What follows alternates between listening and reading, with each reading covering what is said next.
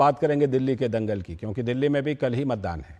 तो राष्ट्रीय राजधानी क्षेत्र दिल्ली की 7 सीटों पर कल ही यानी 25 मई को मतदान होना है। दिल्ली की 7 सीटों पर कल यानी छठे चरण में मतदान होना है। तो क्या कुछ नैरेटिव है? जेल का जवाब वोट से कैंपेन के बीच खुद मुख्यमंत्री अरविंद केजरीवाल कांग्रेस पार्टी और आम आदमी पार्टी की जिम्मेदारी उठाए हुए हैं।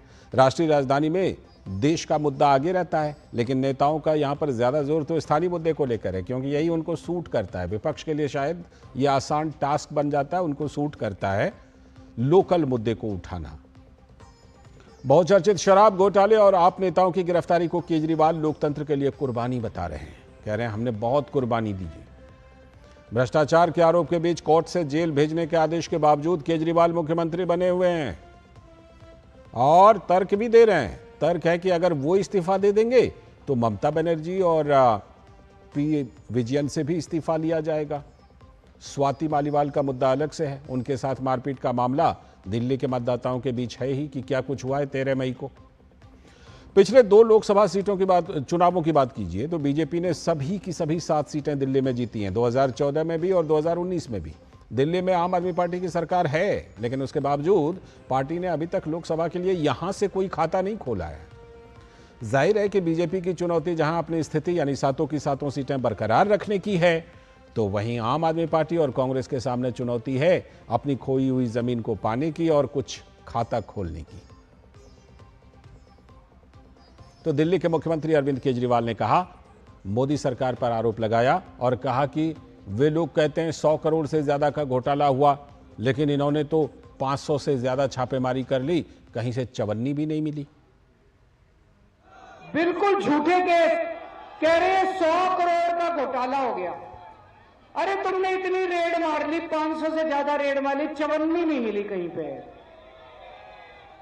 कहां गए 100 करोड़? हवा में उड़ गए? कहां गए 100 करोड़?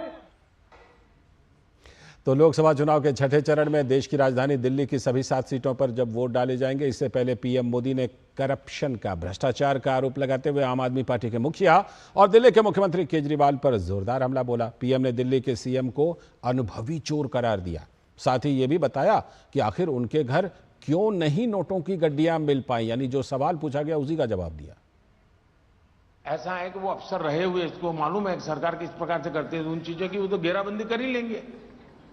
जो अनुभवी चोर रहता है ना, उसको बड़ी सुविधा रहती है कि जो सरकार में रहा हुआ अफसर होगा उसको मालूम होगा ईडी ऐसे जाएगी, सीबीआई ऐसे जाएगी, इतनी चीजों को चौक चौकन कर लीजिए, फिर प्रॉब्लम नहीं होगा। ये सोच के रखता है जी। जैसे आप लोग हैं इतने सालों, कोई भी पॉलिटिकल लीडर आएगा तो आप आराम से तय कर सकते हैं कि ऐसा करेंगे।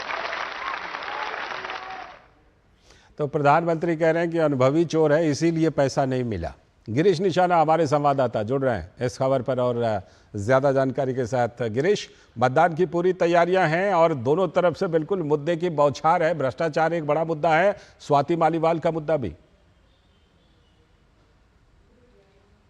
बिल्कुल लालचंद, आपने ठीक कहा, भ्रष्टाचार तो एक बड़ा मुद्दा है ही, और अब हाल के दिनों में स्वाति मालीवाल भी एक मुद्दा बन गया है और सवालों के घेरे में खड़े हो गए हैं कि किस तरह से महिला सुरक्षा की बात की जा रही थी, तो क्या महिलाएं सुरक्षित हैं, इस पर भी सवाल खड़े हुए हैं। लेकिन दिल्ली पूरी तरह से इस समय 7 लोकसभा सीटों के मतदान के लिए पूरी तरह तैयार हो चुकी है। दिल्ली के अंदर 70 विधानसभा क्षेत्रों के अंदर 70 आदर्श मतदान केंद्र बनाए गए हैं लालचंद्र। इसके अलावा 70 पिंक बूथ भी बनाए गए हैं जहां केवल महिलाएं पूरी तरह से ऑपरेट करेंगी और दिव्यांगों के लिए खास तौर पर विशेष व्यवस्थाएं की गई हैं। कल मतदान के लिए कल सुबह 7 बजे से मतदान आरंभ हो जाएगा। सबसे दिलचस्प बात यह है कि 7 लोकसभा सीट पर 162 उम्मीदवार अपनी किस्मत आजमा रहे हैं। किसी किसी सीट पर 20 से ज्यादा उम्मीदवार अपनी किस्मत आजमा रहे हैं और देखना यह होगा कि 1,52,00,000 मतदाता किसे अपना नेतृत्व सौंपते हैं। कल सुबह 7 बजे से मतदान आरंभ होगा, शाम को 6 बजे तक यह मतदान चलेगा, लेकिन पारा बहुत ज्यादा है लालचंद्र। मैं आपको बताना चाहूं आज भी 45 के पार दिल्ली के अंदर पारा दिखाई दे रहा है, तापमान बहुत ज्यादा है। अब देखना होगा कि इस तापमान के भीतर मतदाता कितने घरों से बाहर निकलते हैं, वोटिंग करते हैं। हालांकि चुनाव आयोग ने विशेष अभियान चलाए हुए हैं कि लोग ज्यादा से ज्यादा घरों से बाहर निकलें। ठीक है गिरीश, कल जब मतदान होगी तो जरूर आपसे लगातार अपडेट हम लोग लेते रहेंगे। गर्मी तो है ही, आपने बिल्कुल सही बात कही, लेकिन फिर भी उम्मीद की जा रही है कि दिल्ली के लोग ज्यादा से ज्यादा बाहर निकलें, वोट करें। फिलहाल आज के इस वक्त में इतना ही। नमस्कार।